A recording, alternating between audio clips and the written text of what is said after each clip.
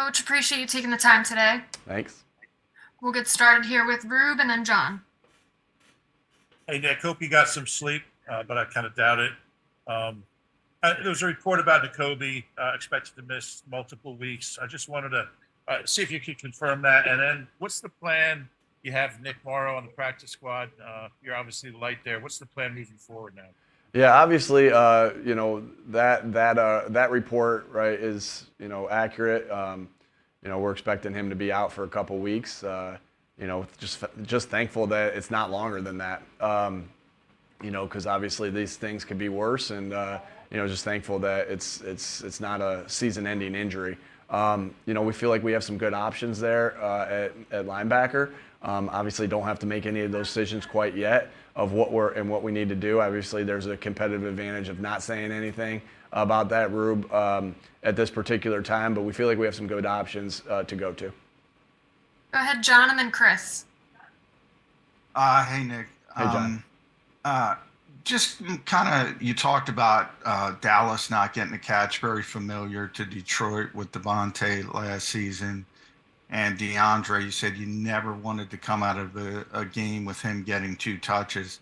When you step back and look at that as a coach, how do you end in that position? Is it a matter of not being disciplined enough to get to those guys, or is it just sometimes it's what the defense is doing, and yeah, you never want it to happen, but it does. And I said to our coaches, not like we were throwing it to some bums on the outside. We were throwing it to A.J. Brown and Devontae Smith. And so, you want to, you make it part of your plan to get to them, but sometimes defense takes it away. Sometimes, it's just the way the flow of the game's going. And, again, like I said, I know how those touches worked out for those guys yesterday, but we were also getting it to guys that we felt like could change the game as well, improve over time, that they can change the game also in AJ and Devontae. Go ahead, Chris, and then Bo. Afternoon, Nick. The Vikings have a different defensive coordinator heading into this game than the one that was last year. What differences do you expect from them and to throw at you guys, and how do you got? And also, if you could quickly answer it as well too, how did you assess how Cam Jurgens did? Yeah, sure. Those are 2 completely different questions that I appreciate how you snuck those in there. I thought Cam played a good game. I thought it was a really good game for his first go about starting. Really pleased with how he played. As far as the Vikings, I know how I got a lot of respect for Brian Flores and a Brian Flores-led defense. They cause a lot. They create a lot of issues with the pressures that they bring at you, and so. We see that they're aggressive, well coached, tackle well, all the different things, that not only are you looking at with the Minnesota Vikings, but you're also looking at the past of what he's done at different places like, Miami and also New England. So we'll turn over every stone, and we've turned over a lot of stones so far. We obviously got more time to work, but, aggressiveness is what I'd say from his defense. And like I said, got a lot of respect for him as a coach. And the style of defense that he plays. Go ahead, Bo, and then Dave. Hey, Nick, I know AJ had the big play downfield called back, but just one play over 20 yards. He said AJ did that they were changing up a bunch of coverages in the back end. Was that the case? Was that why there were no big plays, or were there some opportunities? They tried to stay in front of everything, and they did a good job of doing so, whether that was by changing the coverages or just by playing soft zones and getting underneath our receivers' routes and forcing us to check the ball down underneath. We've been a team that's been high in the NFL in explosive plays the last 2 years, and hats off to them that they limited us, and by our count, to I think 3 or 4, which again, you got to try to create ways. I think that's where a little bit of the sputter was on offense, is that we weren't able to create big plays. Whether that's the position that we put them in as coaches, whether that's the execution, or whether that's what the defense did, and I think it was a little bit of all 3. And so, we know how important it is to create explosives. Credit to the New England Patriots by taking those away last night. Thank you. Go ahead, Dave, and then Zach. Hey, Nick, how did you think you guys handled the blitz from the Patriots, and with that Flores defense coming up, what do you need to do on Thursday night to prevent that from hurting you? Yeah, obviously not going to get into what our adjustments are or what, anything like that for obvious reasons, Dave. But yeah, I thought that there was ups and downs with that, and again, both as coaches and with execution, we got to always have better answers for them when it's not going the right way, and we got to always execute. It's always going to be those two things. But I thought, especially in the second half, after we got out of I didn't think we were great in that first rut of the game, but in the second half. I thought we were better handling that. And sometimes, Dave, that's the situation that you're in. 3rd and 10, it's a lot harder to handle that than it is in 3rd and 3. And so that's also goes down to winning on 1st and 2nd down, which during that rut, I didn't think we did a great job of, we were in a rut. We were in a rut, but I think the guys really responded and handled adversity that we faced yesterday in a positive way, and that's the way the season is. There's ups and downs through the season, and it's all about how you respond to the adversity that you get. We'll go to Zach and then Ella.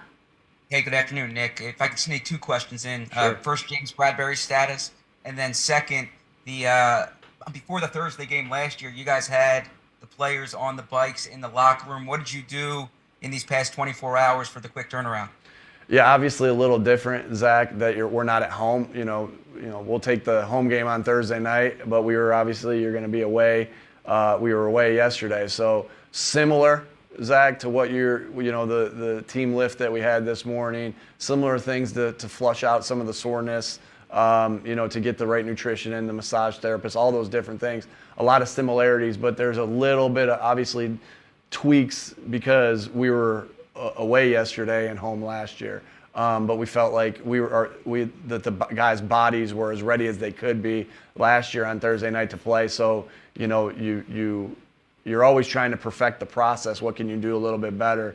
But to do that, you have to know exactly what the process is. So a lot of the things that we did last year are, the same things that that we're doing this week. Your other questions was James. James is in protocol, and obviously that once they go into that world, I can't comment on that or say anything about that. So we'll see how that goes.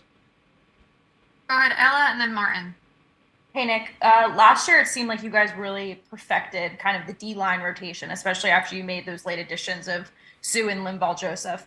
How do you think it kind of played out last night in managing kind of the veterans, when Fletch went in, he had really 2 good back-to-back stops, but also managing the expectations of rookies like Jalen Carter and even younger players like Jordan Davis? We went in with a plan of what we wanted, both at D-tackle and at defensive end, of, kind of the rotation that we wanted in there.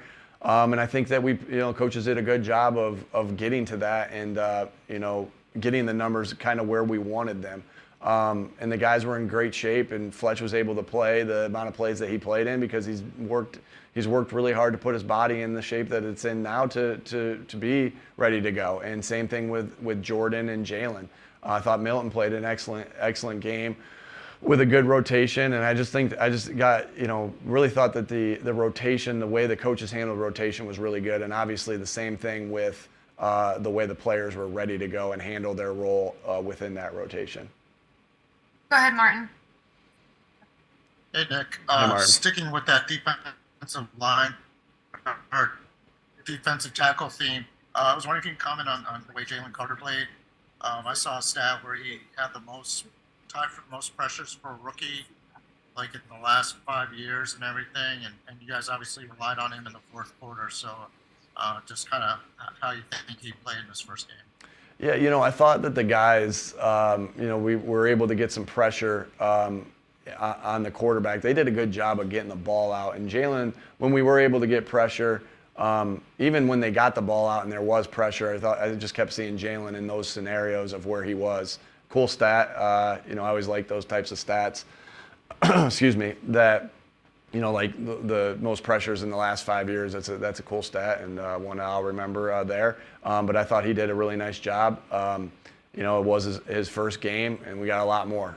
So we were pleased with where he was in the off season. We were pleased with where he was, throughout training camp, and we're pleased with how he performed in that first game. But it's a long season, and he's got to keep doing it over and over and over again. We'll go to Dave next. Hey Nick, if James Bradbury can't clear that protocol, you'd probably have Josh Jobe in there. Where has he grown the most over the last year, and how cognizant of that are you if you have Slay on one side and then a relatively unproven corner on the other that teams will probably try to target him quite a bit? We got a lot of confidence in Josh. That's why he's made our roster the last 2 years. I think he's a really physical corner who is long, strong, is able to just, when he gets his hands on you, he's able to control you. And so, we got a lot of faith in Josh. And regardless of who's in there, we know we can play the schemes that we want to play because Josh is our third corner, and your third corner has to play. There's times where he's going to have to play some, and so I think DK and Rennell and Taver, our coaches, have done a great job of continuing to develop Josh. And we did a great job of developing him last year. With Denard and with DK. And then Josh has just done a great job of getting himself ready to go as well. And so, you get really excited about that when an undrafted free agent comes in and performs like Josh has, both on special teams and gives you the confidence that you have in him on defense. We have time for one more, so go ahead, Rube. Yeah, Nick, if I could just follow up on my own question from earlier. I know you don't want to give away any competitive advantage and all that stuff, but Nicholas Morrow, if he does have to play, what did you see from him over the summer? How comfortable are you with him? How well did he acclimate to the defense and all that? Yeah, really confident in him. That's why he's on our 69-man roster. It's because we believe in him. We believe in the things that he can do. We believe in his style of play, his physicality, being able to line up the defense. A lot of confidence in Nick, and if he has to go in that role, we're excited. I'm excited to watch him roll and for his opportunity. All right, thanks for the time, Coach. Thank you, guys.